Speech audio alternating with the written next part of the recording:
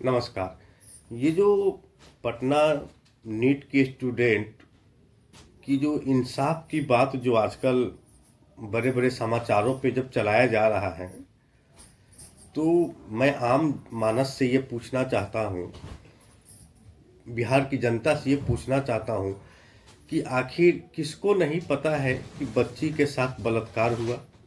क्या आपको नहीं मालूम है? तो कमेंट में आप बताएं कि हाँ, हमें इसकी जानकारी नहीं है।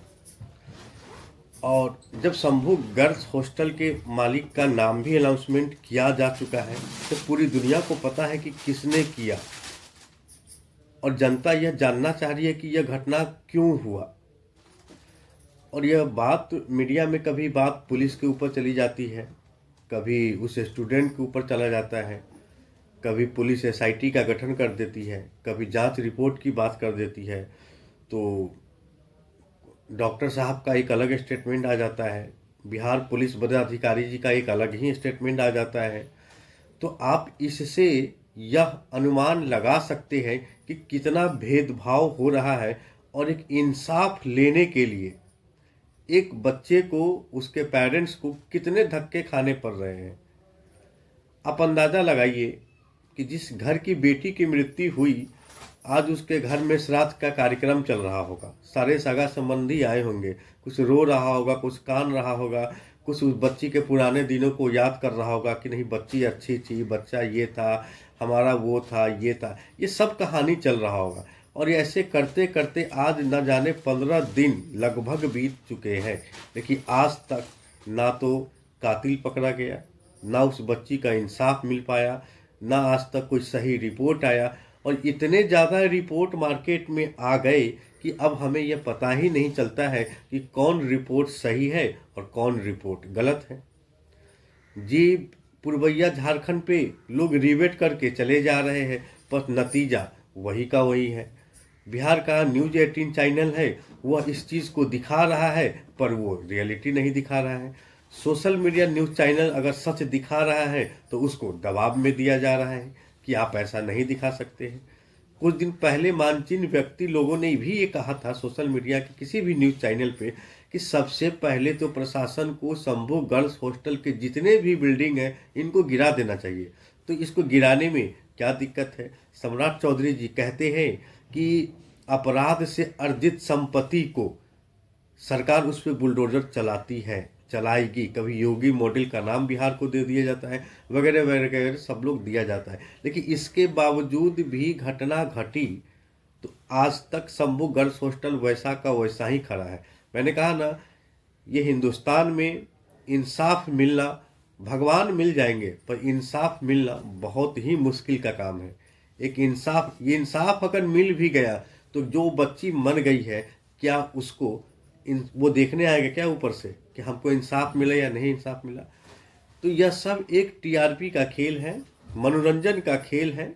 और इस मर्डर को एक मर्डर मिस्ट्री मान लीजिए आप लोग, और अभी आप देखते रहिए कि इसका नतीजा क्या होता है, इसकी जांच रिपोर्ट क्या होती है, कितने अपराधी को सजा मिलती है। ये सब चीज़ें आपके आंखों के सामने आएंगे और चला जाएगा।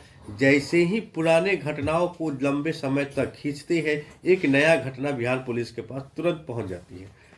तो भाई, घटना बिहार में होती रहती है, लेकिन मैं तमाम उन बच्चों से यह कहना चाहता हूं कि अगर आप कहीं पे कोचिंग में पढ़ते हैं, किसी हॉस्टल में रहते हैं, अगर आपके साथ ऐसा किसी भी प्रकार का दुर्व्यवहार अगर किया जाता है, तो आपका सबसे पहला काम है कि आप अपने माँ बाप को इसकी जानकारी दें। चलो, बहुत सारे सोशल मीडिया पे ये बात भी चलाई जा रही है कि बच्ची का 3 महीने से रेंट बाकी था और बच्चे को दबाव डाला जा रहा था। और हो सकता है कि बच्चा अपने माँ बाप को ये बात ना बोल पा रहा हो कि भाई एक सवाल है, बेटी है, अगर हम बोलेंगे, क्योंकि बच्चे को घर की स्थिति पता होती है, वो नहीं बोल पा रहा और डिप्रेशन में थी। ऐसी बहुत सारी चीज़ें चल रही, लेकिन शंभू गर्ल्स हॉस्टल का नाम खुलेआम मंच से चलाया जा रहा है।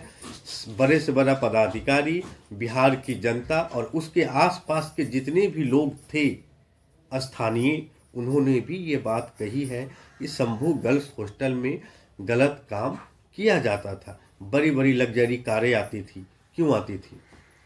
आते थे, चले जाते थे और एक अजीब सी हवा चली हुई है, लेकिन उस बच्ची को इंसाफ दिलाने की कोई बात नहीं कर रहा है।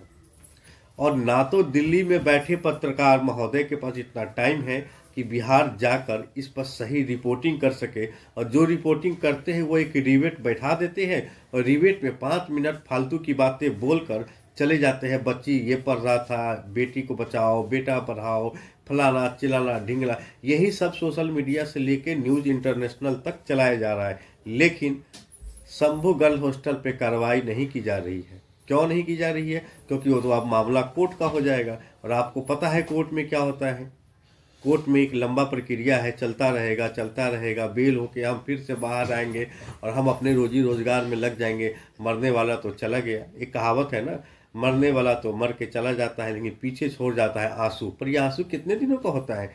1 साल का, 2 महीने का, 6 महीने का, इससे ज़्यादा की आंसू नहीं आती है। भगवान श्री कृष्ण ने भी गीता में कहा है, हर वह आँख के आंसू सूख जाते हैं, सूखेंगे तभी तो नए सपने आएंगे। पुराने चीज़ों को लेकर कोई इंसान नहीं जीवित रहता है। लेकिन क्या यह सही मायने में बिहार में सही हो रहा है? ये पढ़ाई के नाम पे बच्चियों की हत्या कराई जा रही है, हत्या हो रही है, क्या ये सही है? आप बुद्धिजीवी व्यक्ति है मेरे भाई साहब, आप हमें इस चीज़ का जवाब दे अपने कमेंट में कि बिहार की बेटियों के साथ या बिहार में बेटों के साथ जो अत्याचार अन्याय जो किया जा रहा है, क्या यह सही मायने में सही है?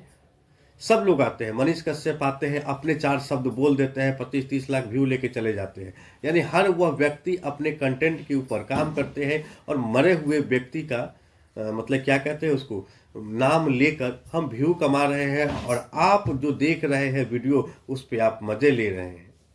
लेकिन किसी ने कैंडल मार्च हो गया, जुलूस हो गया, बिहार बंद की आयोजन किया जा रहा है। 1 फरवरी को सुनने में आ रहा है कि 1 फरवरी को बिहार बंद रहेगी। तो मैं तो फिर वही बातें करूँगा, मोदी जी की माँ को अगर किसी ने गाली दे दिया था तो बिहार बंद हो गया, और हमारे बिहार की बेटियों के साथ इतना बड़ा घटना हो गया तो मोदी जी और प्रशासन कुछ बोलने को तैयार नहीं है।